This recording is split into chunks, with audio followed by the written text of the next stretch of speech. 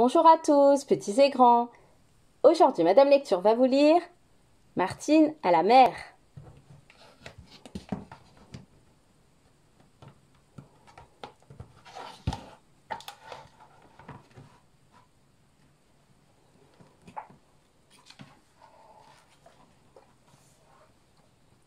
Chaque année, Martine et son amie Nicole vont passer leurs vacances chez l'oncle François qui habite au bord de la mer.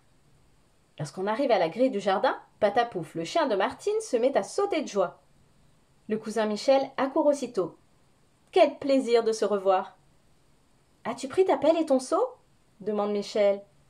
Les voici. Regarde mon nouveau ballon. Vite, allons jouer sur la plage. Sur la plage, on fait la course.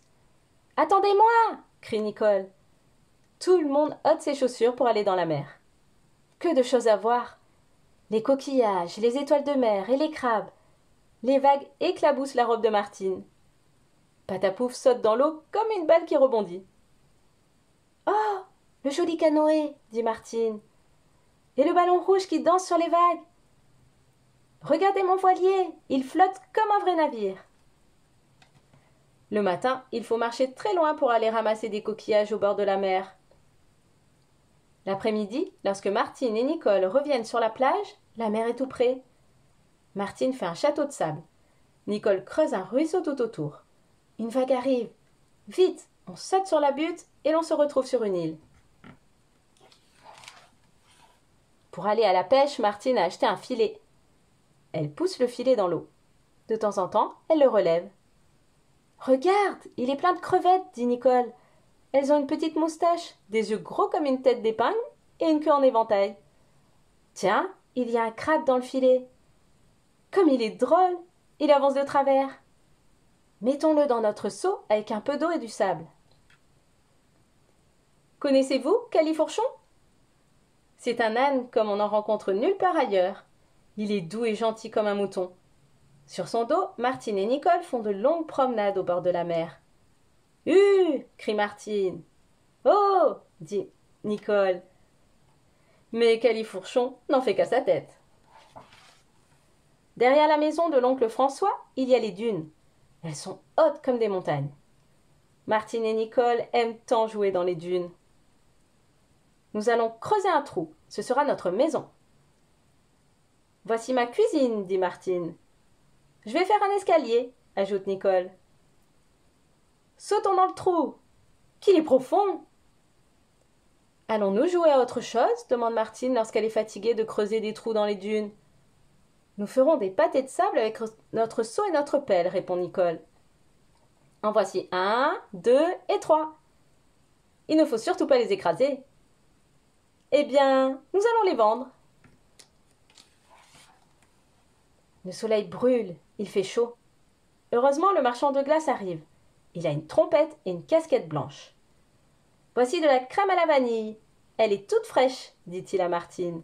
« Moi, je préfère un chocolat glacé, dit Nicole.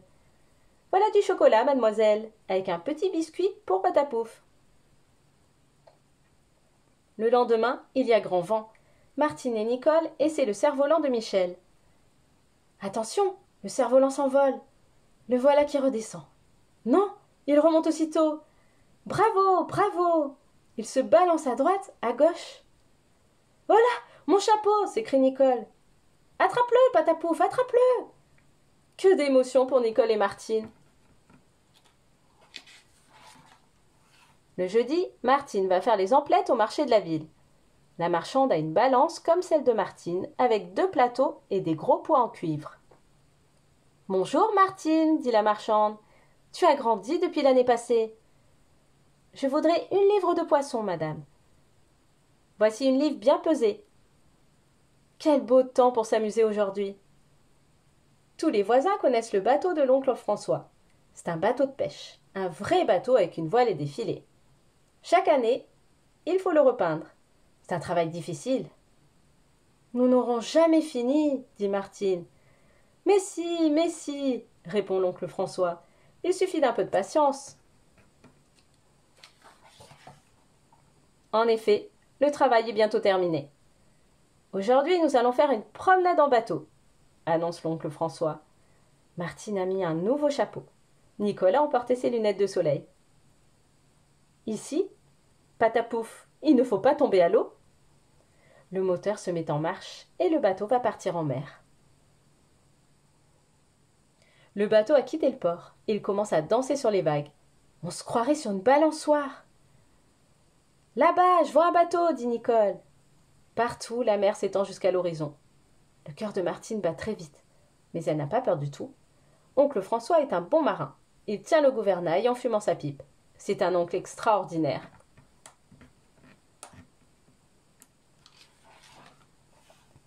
Après une longue promenade, le bateau fait demi-tour. Il va faire nuit tout à l'heure. Déjà, il faut rentrer. Oncle François accroche un fanal à l'avant du bateau. À l'entrée du port, on aperçoit une lueur qui brille comme une grosse étoile.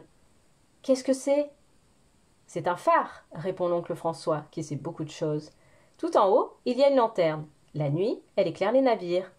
Demain, vous irez voir le phare. Le jour suivant, Martine et Nicole sont montées en haut du phare. Le vent souffle, il faut bien se tenir au parapet pour ne pas avoir le vertige. Comment s'appelle cet oiseau tout blanc ? Demande Nicole. C'est une mouette, répond Martine. Regarde en bas le bateau de l'oncle François. Qu'il est petit ! On dirait une coquille de noix. Pauvre patapouf, il n'est pas plus gros qu'une boule de laine. Enfin, au bout de quelques jours, Martine et Nicole reçoivent la visite du facteur. « Une lettre pour vous » dit-il à Martine. Martine ouvre l'enveloppe. Maman écrit dans la lettre qu'elle s'ennuie beaucoup. Les vacances sont finies. Il faut rentrer à la maison. Martine et Nicole sont contentes parce qu'elles vont bientôt revoir papa et maman, ainsi que toutes leurs petites amies de l'école. « Puisque vous avez été sages pendant les vacances, a dit l'oncle François, vous irez visiter le port avant de retourner chez vous. » Jamais Martine et Nicole n'ont vu tant de choses à la fois. Dans le port, les camions roulent, les locomotives sifflent et les grues déchargent les navires venus de tous les pays du monde. Il y a même un remorqueur qui part en mer et sur le pont, le capitaine crie « Au revoir, Martine ! Au revoir, Nicole !» en agitant la main. L'histoire est finie. Et n'oubliez pas de vous abonner à ma chaîne pour ne louper aucune nouvelle histoire. À bientôt!